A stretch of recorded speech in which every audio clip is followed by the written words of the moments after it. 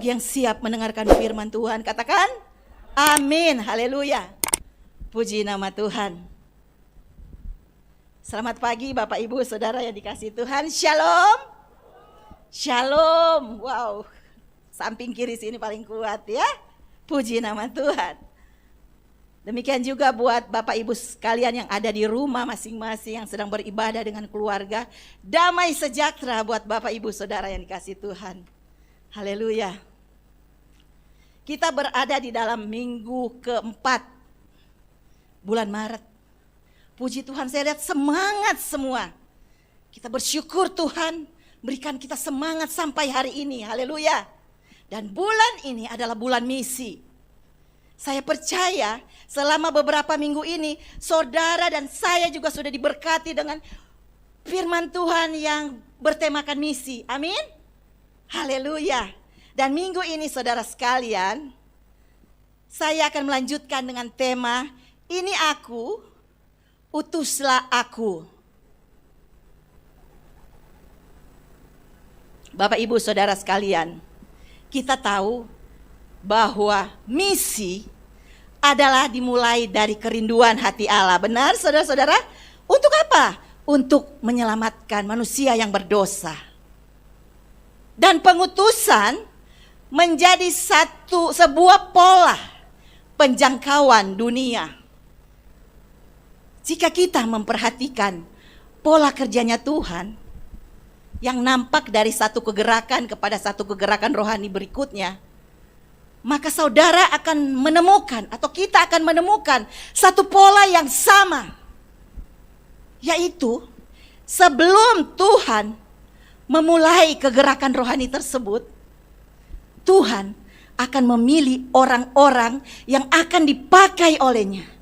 Orang-orang yang akan diutus olehnya untuk bekerja sama menyelesaikan amanat agungnya. Dikatakan, pergilah, jadikanlah semua bangsa muridku, dan baptislah mereka dalam nama Bapa dan Anak dan Roh Kudus.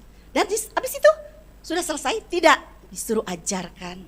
Dan hari ini saudara, kita akan mendengar pengajaran kebenaran firman Tuhan.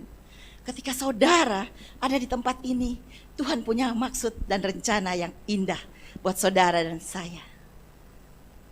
Orang-orang yang Tuhan utus untuk memprakarsai kegerakan rohani ini adalah tentunya bukanlah orang-orang biasa, saudara-saudara. Mereka adalah orang-orang yang terlebih dahulu sudah mengalami proses perjumpaan dengan Tuhan. Amin. Sudah mengalami sesuatu yang benar-benar dia jatuh cinta kepada Tuhan. Menomorsatukan Tuhan dalam hidupnya. Dia mengalami bekerjanya kuasa anugerah di dalam batin dan manusia rohnya. Amin, saudara-saudara. Tuhan tidak pernah bergerak di dalam dunia ini tanpa melibatkan manusia di dalamnya. Benar? Tapi ingat, bukan manusia yang terus-menerus jatuh ke dalam dosa. Bukan manusia yang terus-menerus kalah. Manusia yang terus-terus lemah, penuh kekalahan. Itu manusia lahiriah. Tetapi Tuhan rindu manusia roh kita itu yang akan diperbaharui dari hari ke hari untuk melakukan pekerjaan Tuhan yang luar biasa ini. Amin. Ingat, Tuhan bergerak melalui orang-orang yang sudah ia bentuk. Sudah ia proses sedemikian rupa dan ia persiapkan melalui firman dan Roh Kudusnya yang bekerja luar biasa di dalam diri saya, di dalam diri saudara-saudara sekalian, supaya bisa ikut terlibat dalam misi Allah. Amin. Saudara sekalian, kita mendapati di dalam Perjanjian Lama pertama-tama Allah memilih para nabi untuk mengutus mereka menyampaikan berita tentang Mesias yang akan datang, merupakan penyataan sebagai bukti peran Allah dalam penyelamatan manusia. Dan yang sangat menarik saudara-saudara, di sini kita lihat Musa dipanggil Tuhan. Ketika Tuhan memanggil dan akan mengutus Musa, apa yang terjadi? Mari kita baca saudara-saudara di dalam Keluaran 4 ayat 10 sampai 13. Musa berkata demikian, firman Tuhan berkata demikian. Lalu kata Musa kepada Tuhan. Tuhan, aku ini tidak pandai bicara. Dahulu pun tidak. Dan sejak engkau berfirman kepada hamba-Mu pun tidak. Sebab aku ini berat mulut dan berat lidah. Tetapi Tuhan berfirman kepadanya, siapakah yang membuat lidah manusia? Dan siapakah yang membuat orang bisu atau tuli? Membuat orang melihat atau buta? Bukankah aku, yakni Tuhan? Oleh sebab itu, pergilah. Aku akan menyertai lidahmu dan mengajar engkau apa yang harus kau katakan. Tetapi Musa berkata, dia masih mengeraskan hati. Tuhan, utuslah kiranya siapa saja yang patut kau utus. Oh haleluya saudara sekalian. Contoh yang kedua adalah Yeremia. Yeremia adalah nabi yang dipanggil Tuhan pada usia muda. Dan dia mengalami hal yang sama saudara-saudara. Dia bilang, aku tidak bisa Tuhan. Kita lihat dalam firman Tuhan di dalam Yeremia 1 ayat 6 sampai 9 supaya kita benar-benar mengerti. Ternyata memang selalu itu alasan itu saja yang dilakukan. Sampai sekarang ini kita masih melakukan alasan-alasan seperti itu. Tetapi ketika mereka melakukan, mereka dengan bangganya menulis semua apa yang pernah terjadi dalam hidup mereka. Yeremia 1 ayat 6 ayat 9 mengatakan, maka aku menjawab, Tuhan Allah, sesungguhnya aku tidak pandai berbicara, sebab aku ini masih muda. Dia melihat dirinya tidak pandai bicara. Tetapi Tuhan berfirman kepadaku, janganlah katakan aku ini masih muda. Tetapi kepada siapapun engkau kuutus, haruslah engkau pergi. Dan apapun yang kuperintahkan kepadamu, haruslah kau sampaikan. Janganlah takut kepada mereka, sebab aku menyertai engkau untuk melepaskan engkau. Demikianlah firman Tuhan. Lalu Tuhan mengulurkan tangannya dan menjamah mulutku. Tuhan berfirman kepadaku, sesungguhnya aku menaruh perkataan-perkataanku di dalam mulutmu. Wow, luar biasa. Jadi kita gak perlu takut ketika kita dipanggil untuk menjadi pewarta firman, memberitakan, menjadi saksi, baik di tetangga kita, baik di keluarga kita. Karena apa? Jangan bilang kita berat lidah. Contoh-contoh itu sebagian kecil contoh-contoh. Jadi Tuhan akan menyertai kita. Dia akan menaruh perkataannya di dalam mulut kita. Itu firman Tuhan katakan. Jadi Bapak Ibu Saudara sekalian, panggilan Allah tidak tertuju hanya kepada segelintir orang pilihan, melainkan kepada setiap orang, kepada saudara dan kepada saya. Masalahnya apakah kita mendengar panggilan Allah atau tidak? Apakah kita meresponi panggilan tersebut? Tergantung pada pendengaran kita. Benar? Apa kita mau sambil lalu saja? Tergantung pada respon kita. Tergantung kepada sikap rohani kita. Apakah kita mau meresponi panggilan ilahi di dalam hidup kita atau kita tetap mau menolak?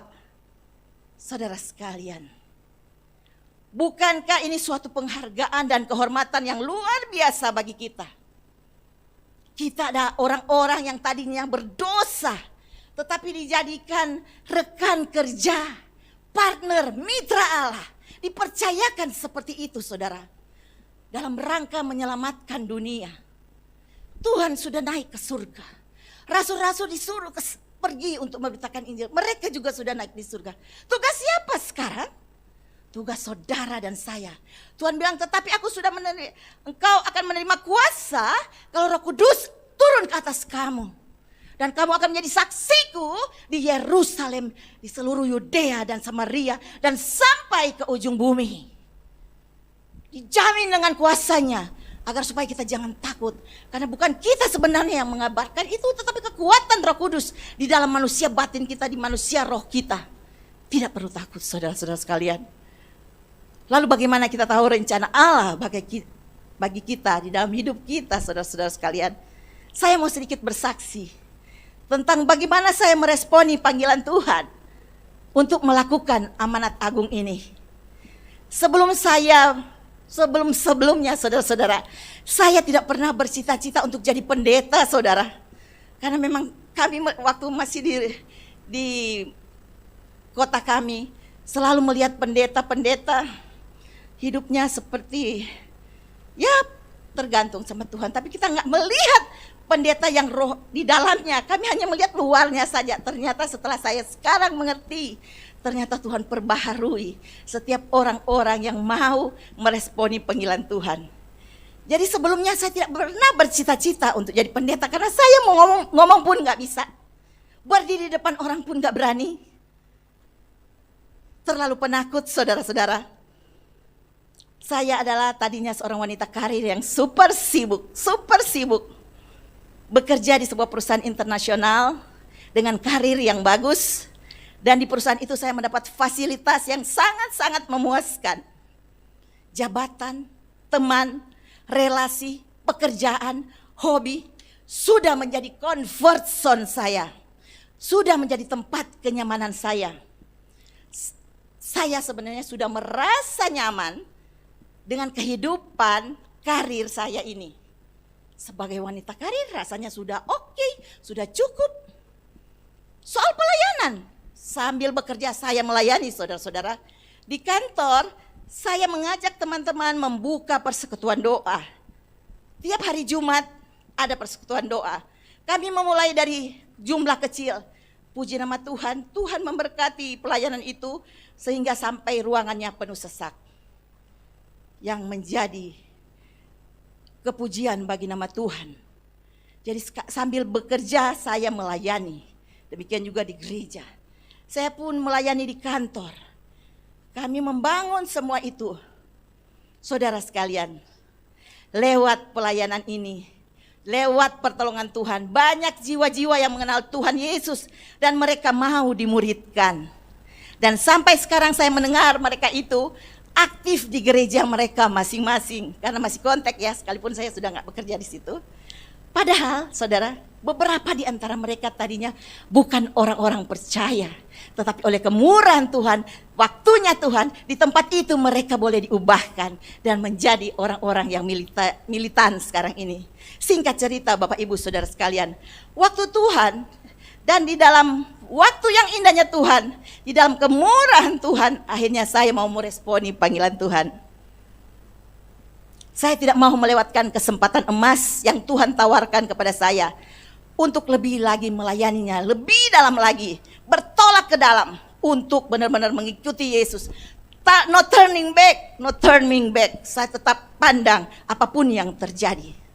Sikap prajurit tetap saya lakukan. Kalau bos sudah perintah, tidak akan sungkan-sungkan, harus bilang aku siap. Jadi Bapak Ibu Saudara sekalian, tidak gampang memang prosesnya. Saat saya meninggalkan kenyamanan itu, comfort zone itu yang dibangun bertahun-tahun, ada proses yang saya lewati sehingga boleh memutuskan melayani Tuhan dengan full heart, dengan sepenuh hati. Dan jadilah sekarang saya seorang hamba Tuhan. Bayangkan saudara, ketika Tuhan memanggil saya sedang dipromosikan saudara, dan di satu jabatan yang strategis. Tetapi seiring dengan itu saya dipanggil Tuhan untuk meresponi panggilan Tuhan. Untuk benar-benar mau menjadi alat di tangan Tuhan. Dan pada akhirnya setelah bergumul, berdoa, berpuasa, dengan anugerah Tuhan saya memutuskan untuk resign, meninggalkan zona nyaman. Dan kemudian puji nama Tuhan, setelah keluar dari perusahaan saya diberi kesempatan untuk sekolah teologi.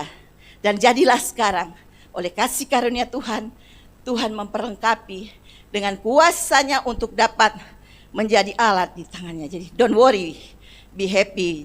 Jangan bilang, mungkin ada teman-teman lain tahu keberadaan saya. Mau berdiri di depan pun saya nggak berani, tapi itulah saya yang dulu. Ketika Tuhan calling, Tuhan mengubah, karakter diubahkan, prestasi ditambahkan, relasi ditambahkan di dalam Tuhan tentunya. Kami punya hati yang berkemurahan. Kami punya belas kasihan, dan sampai saya terus menjalankan amanat agung yang Tuhan percayakan untuk saya kerjakan. Saya boleh mengajar, saya boleh mentoring, menjadi coach untuk melatih anak-anak muda dari Sabang sampai Merauke untuk bisa dipakai Tuhan sampai mereka menyerahkan diri untuk benar-benar tahu tujuan hidup mereka.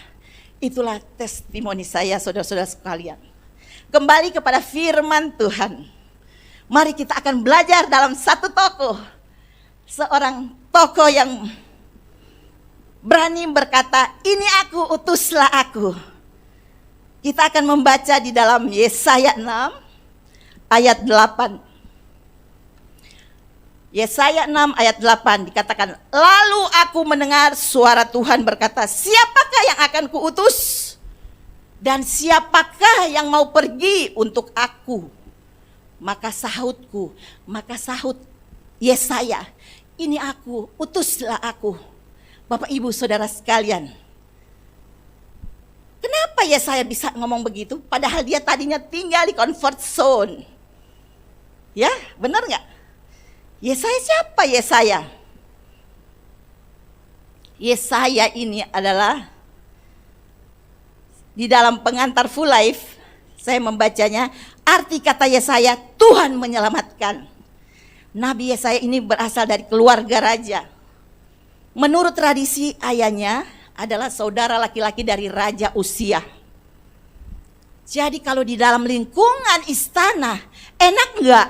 Semua tersedia, saudara. Zona nyaman ada di situ. Benar? Zona nyaman saudara pasti ada. Pertahankan apa? Saudara, zona nyaman itu adalah satu wilayah di mana hidup kita ini merasa nyaman. Hidup kita ini merasa aman. Kenapa demikian? Karena semuanya tersedia. Waktu saya bekerja semua tersedia. Mau apa? Ada. Akhir bulan gajian. Tetapi itu memang harus dilewati. Pengalaman-pengalaman seperti itu harus dilewati. Supaya kita tahu bahwa ternyata ada yang lebih indah dari itu. Lebih indah dari zona nyaman yang pernah kita cicipi. Jadi bisa bayangkan saudara-saudara, kehidupan Yesaya dalam lingkungan istana, jabatan ada, kesenangan, penghormatan, koneksi, relasi, itu sudah menjadi bagian kehidupan sehari-hari dari Nabi Yesaya. Bapak Ibu Saudara yang dikasihi Tuhan, kalau kita membaca keseluruhan Yesaya 6 ayat 1 sampai 13, kita akan mendapati ada 3 hal yang terjadi menyebabkan Yesaya mampu meresponi panggilan Allah. 3 hal itu apa saja saudara-saudara sekalian? 3 hal itu yaitu, pertama,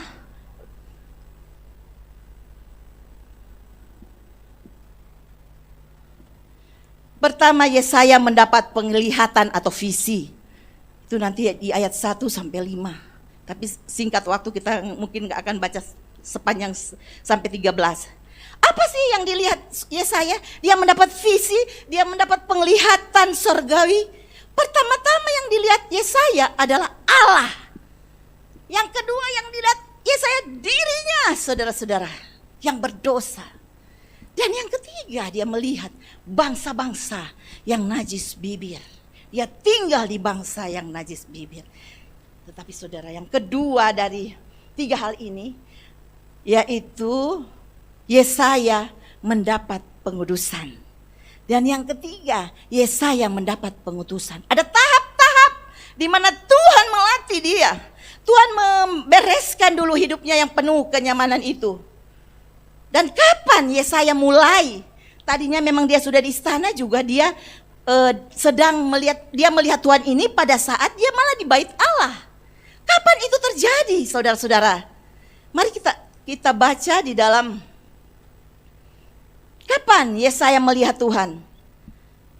Kita bisa lihat di ayat 1, saudara-saudara sekalian. Di ayat 1, dalam tahun matinya Raja Uzia, aku melihat Tuhan duduk di atas takhta yang tinggi dan menjulang. Ujung jubahnya memenuhi bait suci. Jadi saudara sekalian, kapan Yesaya melihat Tuhan? Yesaya melihat Tuhan ketika wafatnya Raja Uzia. Menurut tafsiran dikatakan Raja Uzia wafat itu di tahun 740 sebelum Masehi. Ini menandai berlalunya zaman keemasan pemerintahan Uzia di Yehuda. Dia memerintah Yehuda itu sekitar 50 tahun lamanya. Lama ya? Kita aja di sini 32 udah yang sebelum-sebelumnya ya. Tapi ya itu memang pengalaman. Jadi awal kepemimpinannya ia melakukan yang benar. Raja Uzia ini saudara-saudara sekalian, Yesaya ini, ya Raja Uzia ini pamannya Yesaya. Jadi betapa dia sangat-sangat dimanjakan. Di dalam istana itu nyaman, semua tersedia. Tetapi saudara lihat, kita lihat dulu bagian Raja Uzia. Ia melakukan yang benar di mata Tuhan. Zaman pemerintahannya Raja Uzia ini melakukan yang benar di mata Tuhan. Dia berhasil di Yehuda, mengalami keberhasilan ekonomi dan juga kekuasaannya menjadi kokoh. Tetapi apa yang terjadi saudara? Setelah kekuasaannya kokoh, Raja Uzia ini menjadi arogansi.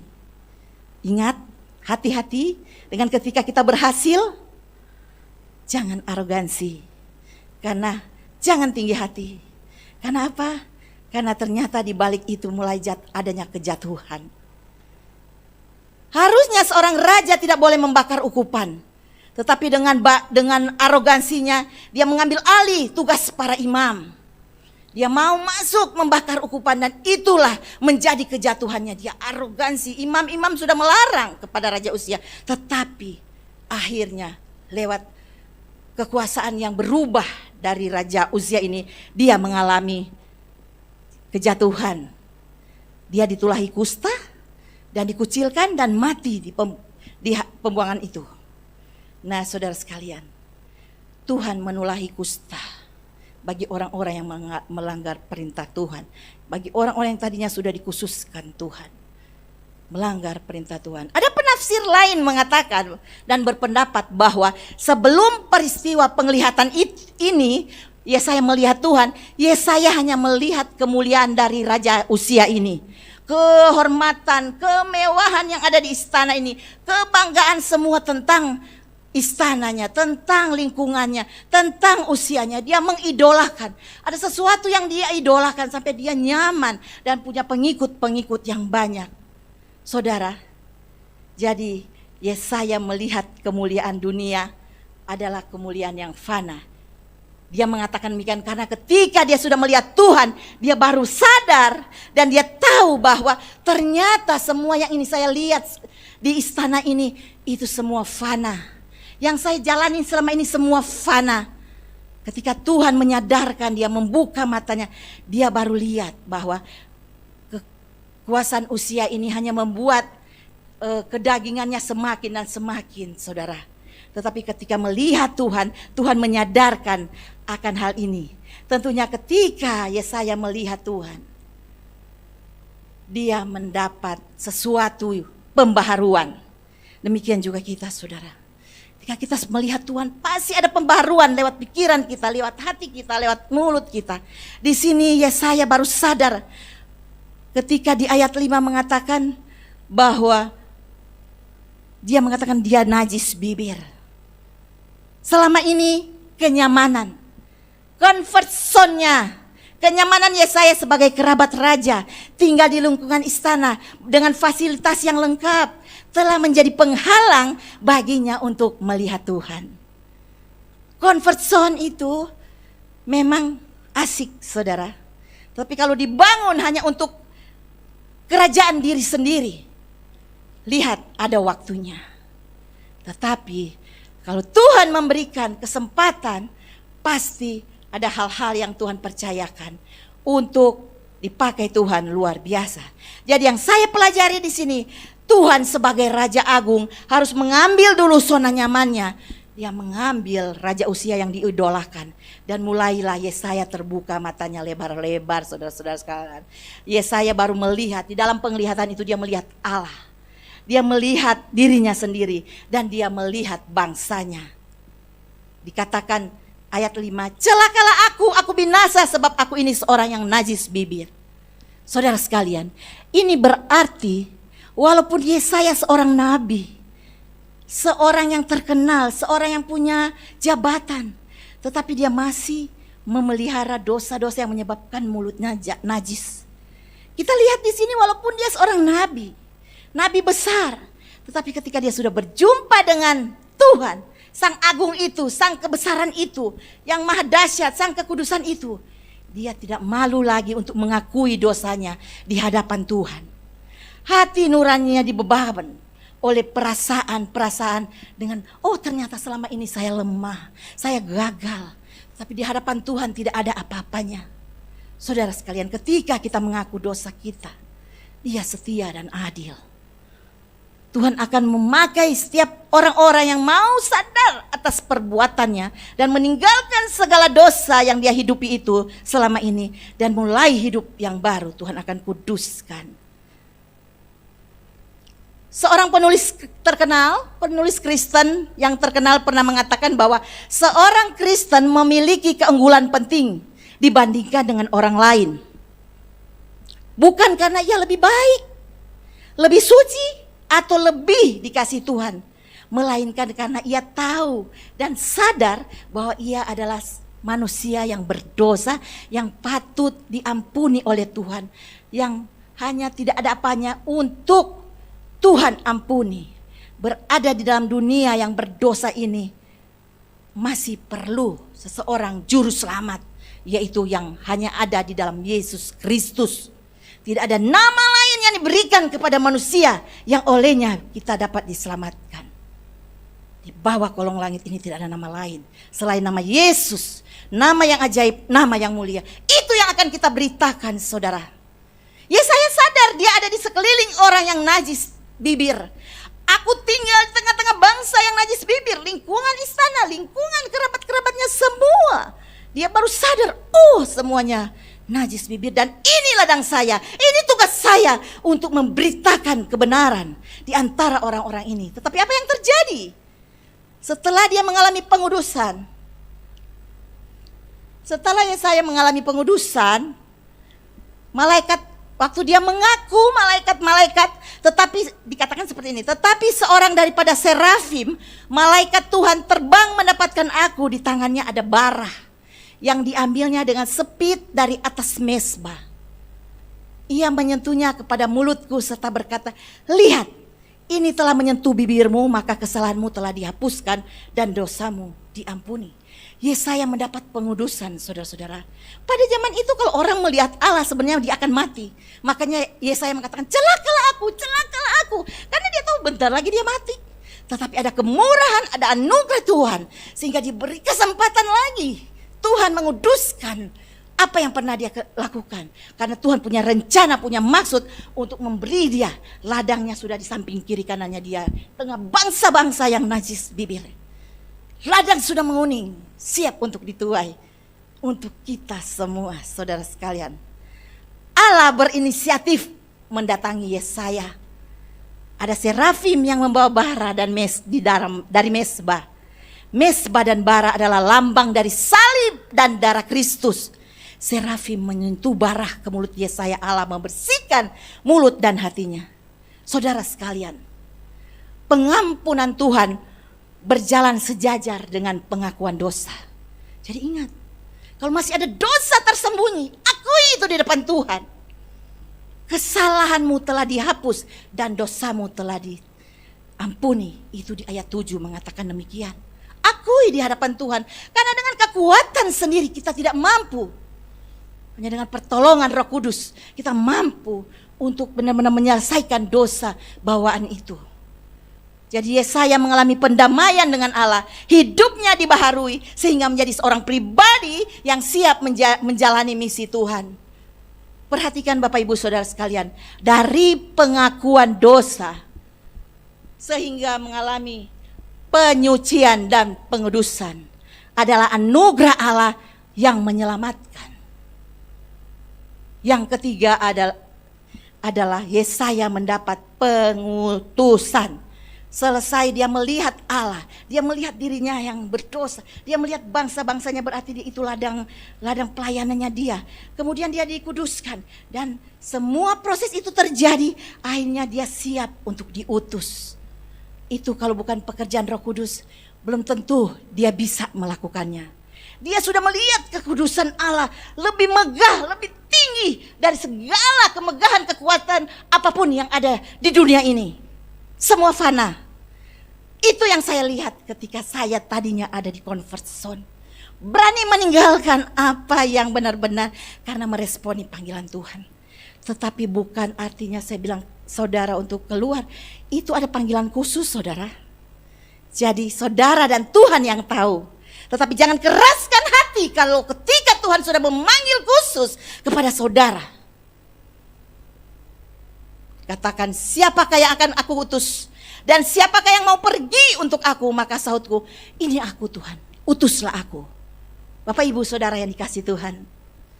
Tawaran misi diberikan kepada Yesaya setelah ia benar-benar mengalami perjumpaan dengan Tuhan. Dan mendapat visi. Dia melihat Tuhan berdaulat atas hidup dengan segala keagungan, kekudusan Tuhan. Dia mengalami pendamaian, penyucian, pengkudusan. Yesaya langsung meresponi tawaran Tuhan dengan berkata, ini aku Tuhan, utus aku. Jadi ingat, langkah awal untuk kita bisa dipakai Tuhan adalah menyadari akan keterbatasan kita, kekurangan kita.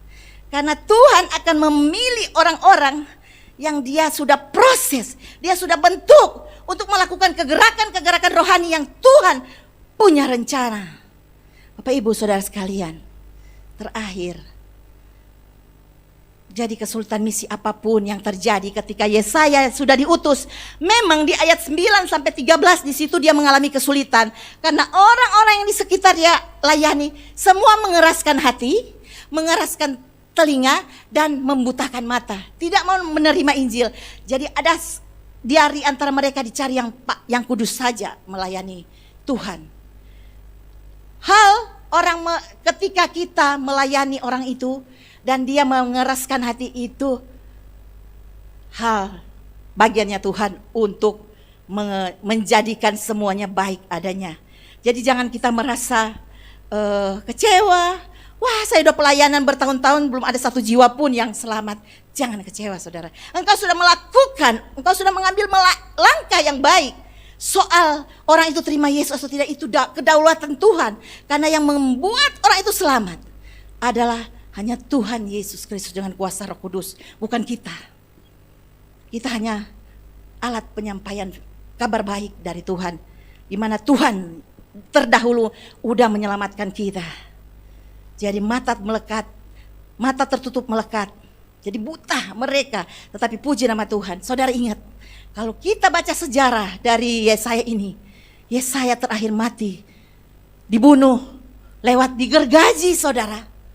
Bagi orang yang tidak mengerti tentang firman dia, sudah berbuat baik, kenapa mesti digergaji? Tetapi saudara sekalian, tubuh ini hanya sementara. Benar?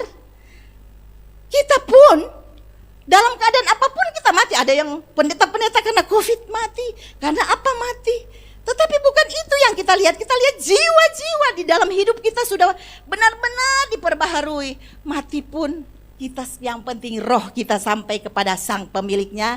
Dan jiwa kita selamat, kita punya hidup yang kekal.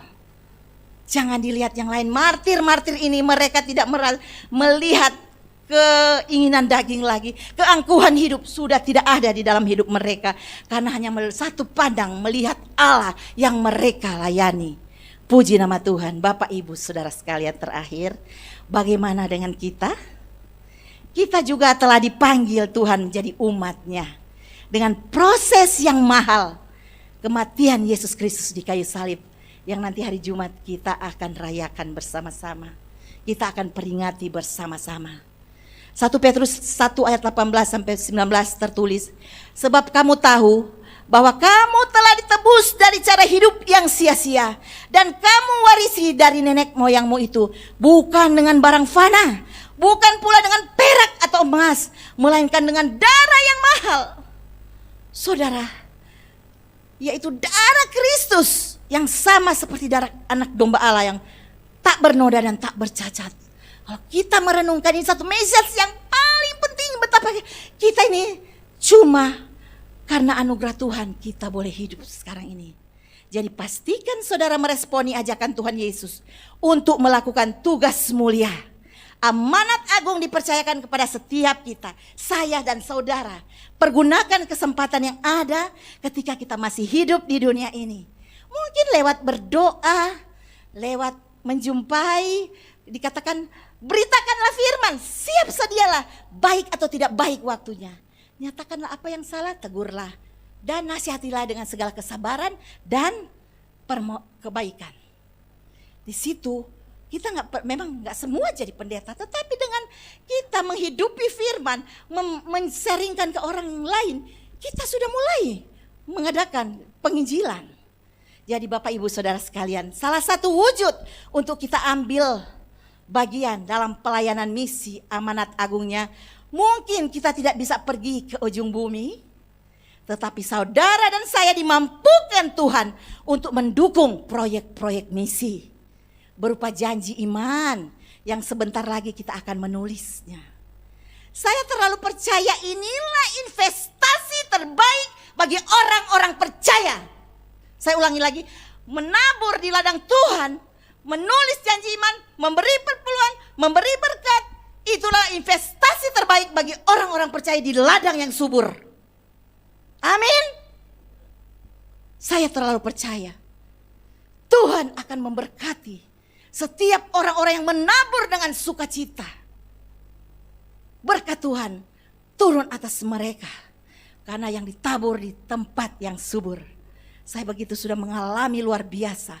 Anak-anak dari Sabang sampai Merauke, mereka tidak bisa sekolah, tetapi ada satu wadah yang memberi mereka support, mereka bisa sekolah, mereka bisa jadi orang-orang yang bisa menjangkau sampai ke ujung dunia. Jadi ingat saudara, kalau tidak bisa menjangkau dunia, tidak bisa pergi, ada cara lain saudara-saudara. Engkau bisa ambil bagian di dalam pekerjaan Tuhan ini, menghasilkan jiwa-jiwa untuk kemuliaan bagi nama Tuhan. Jadi saudara sekalian, setiap tahun gereja kita punya proyek misi. Mari kita sama-sama mensupportnya, mari sama-sama kita mendukungnya lewat janji iman. Sebab saya yakin dan percaya Tuhan pasti membalas setiap pengorbanan Bapak Ibu Saudara yang dikasih Tuhan. Amin. Mari kita tundukkan kepala. Haleluya, haleluya. Haleluya, haleluya.